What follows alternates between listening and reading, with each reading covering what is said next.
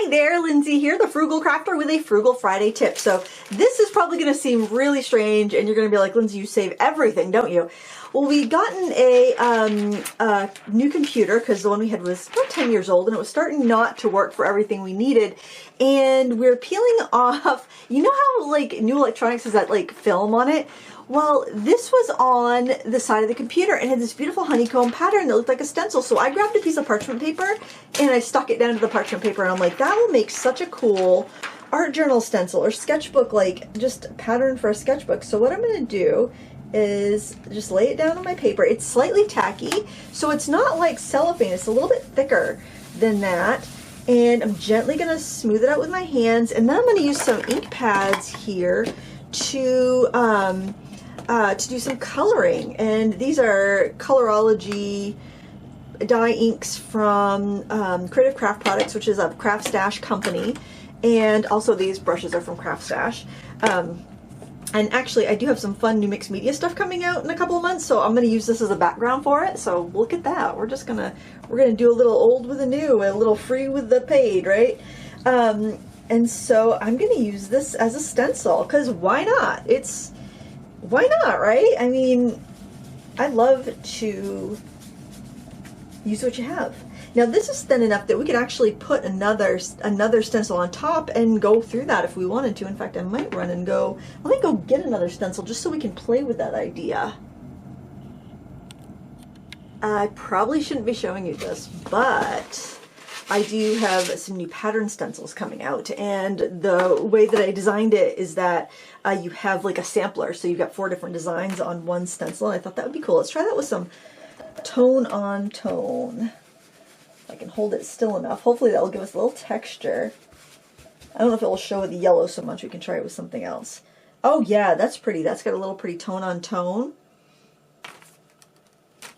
Because I know I might want to do some stamping because I got some new stamps coming out too that are kind of like mixed media. The only thing with this is that you might want to tape it down because it is slippery on top of this slippery acetate stuff, whatever that is, that the plastic. What a specific tutorial. It's like, well, if you happen to have just bought a new, I don't even know what the brand is, Dell, Alienware, maybe it's not Dell, it was Alienware, does that sound right? It's actually a gaming computer, but we got that. My husband said that would be the best thing to get for, have I been played? My husband said it would be the best thing to get for video editing, so it's an Alienware, whatever that means. Let's do another one of these little damask designs. Here, let's do that one. Try not to let it shift. Woo.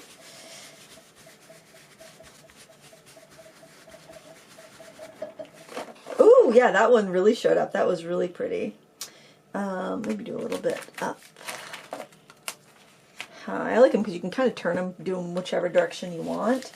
And keep them kind of abstract. I mean, I could mask off the other stencils if I was worried about getting too much on those. And we'll use these more when the product is released. I think it's next month, honestly. I don't think it's too much of a wait. Oh, that's pretty. Okay, let's do a little blue as well.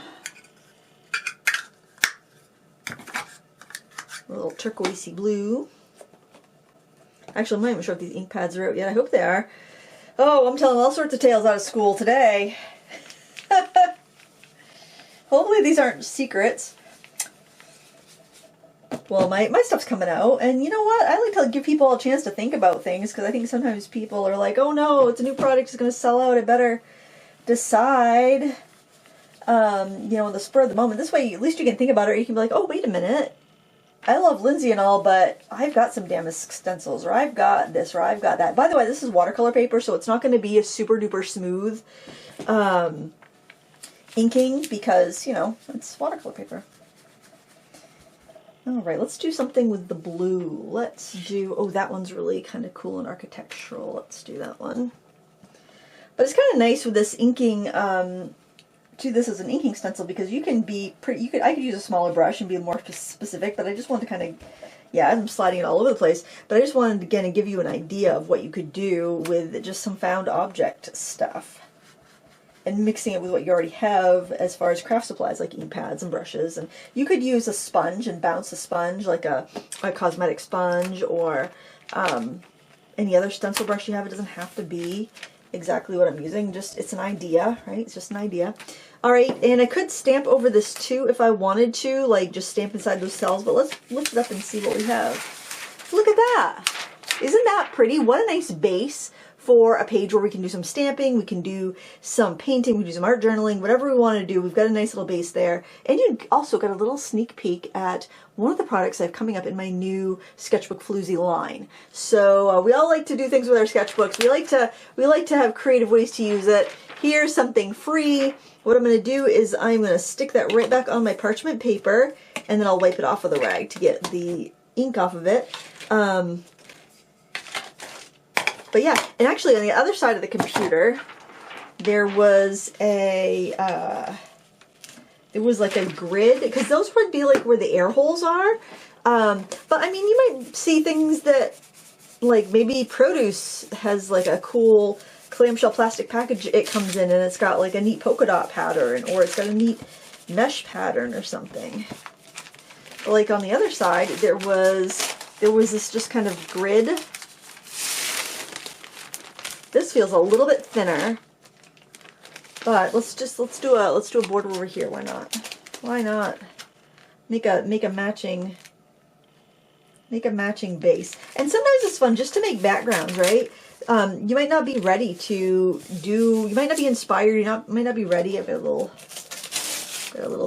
bubble there.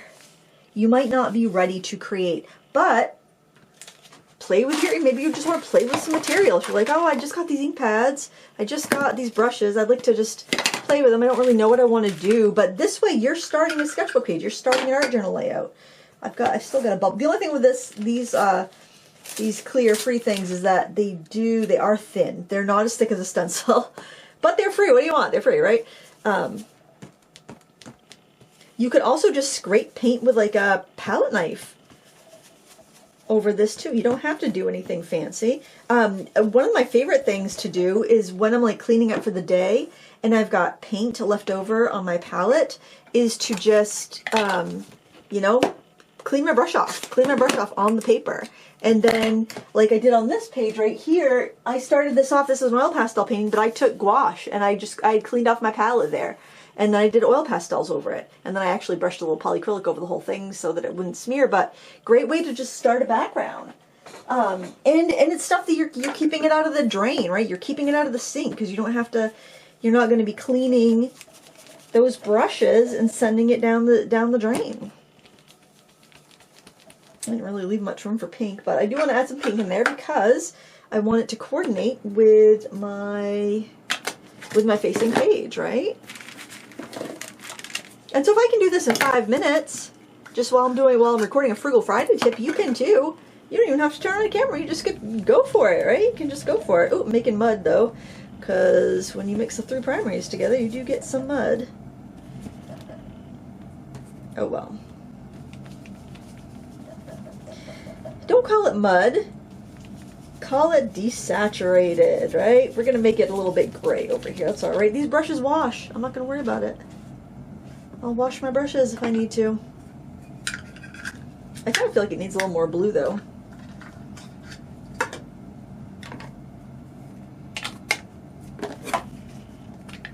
You could find a color palette online, or if you have the color cubes, you could use that, and you could choose your media that way. Yeah, it's kind of fun thing to do. I'm just going to wipe that off on a rag before I stick it back in here. These brushes, I like these flat brushes for large areas. They're nice. Obviously, you don't need to have them. You can use a sponge. You can use whatever you have. But I will say they are nice to have. They come in a 4-pack too. So I have a red, yellow, blue, and a green. And I'll just use whatever. I'll use it. I don't perfectly match. I'll use whatever. So there we have a 2-page spread started. I'm going to put that right back on my parchment paper so it's ready for the next time I want to use it. And I'll wipe it off because I'm a hobo and I'll forget that I used ink, and then I'll smear what I don't want on my next project. I'm probably smearing what's on the other stencil on the back side of this parchment paper on my oh, look at that, didn't even make a mess. But there we have it. I mean, I think that's a really fun way to start a page. Use what you have. think of things in new light. So when you're putting away your groceries, or you're unboxing or unpackaging and setting up that new computer, or just keep in mind when you see things, when you see packaging, a lot of times like toys, kids' toys or bath and beauty products will have an acetate overlay and there'll be like little shapes cut out of it. Save that. Or save plain acetate and make your own stencils. Really look at how you can use trash in new ways and how you can save trash from the landfill and actually use it for something that you want. And I could actually shift this down or over and make a larger grid. I didn't have to just stop at this amount. I just did because, you know, we don't probably want to be here all day. But, well, I do, but you probably don't. You probably have things to do, I'm sure. There you have it. There's my Frugal Friday tip for this week. I hope you enjoyed it. Please give me a thumbs up if you enjoy Frugal Friday tips. And I can't wait to share the rest of that little sneak peek I showed you. Oh, you want to, oh, I've got another thing right out. I'm like, no, I can't. I gotta be good. They're gonna fire me. They're gonna be like, no more products for you, Lindsay. No more products. Which probably wouldn't be a bad thing, would it? Anyway, thanks for watching. Until next time, happy crafting. Bye.